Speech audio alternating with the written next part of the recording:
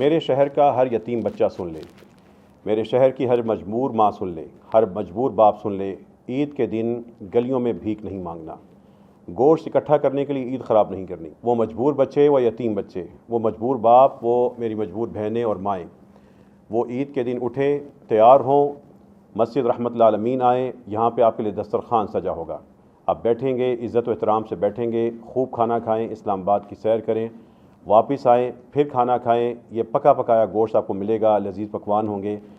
گھر جائیں اور مسجد سے ساتھ اپنے لیے گوشت بھی لیتے جائیں اور جا کے سو جائیں۔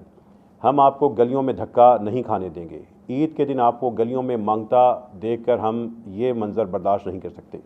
مسجدیں ہیں تو آپ کی عید ہوگی، وہ مانگنے کا دن نہیں ہوگا۔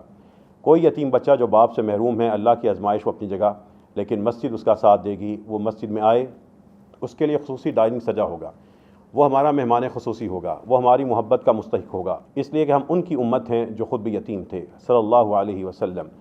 اس لیے یہ اعلان ہے اس مسجد کی طرف سے، جس کا نام رحمت للعالمین ہے اور رحمتیں بانٹتی ہیں، کہ عید کے دن اذیت میں نہیں جانا، عید کے دن مسجد آ جانا ہے، گوشت کھائیں، چاول کھائیں، بریانی کھائیں، قورمہ کھائیں۔ آپ کے لیے یہ سب سجا ہوگا، یہ آپ ہی کا ہے، یہ آپ کے لیے تحفہ ہوگا، اس لیے اس تحفے کو آ کر قبول کریں۔ مسجد رحمت العالمین اور اس کے نمازی آپ کے منتظر ہوں گے۔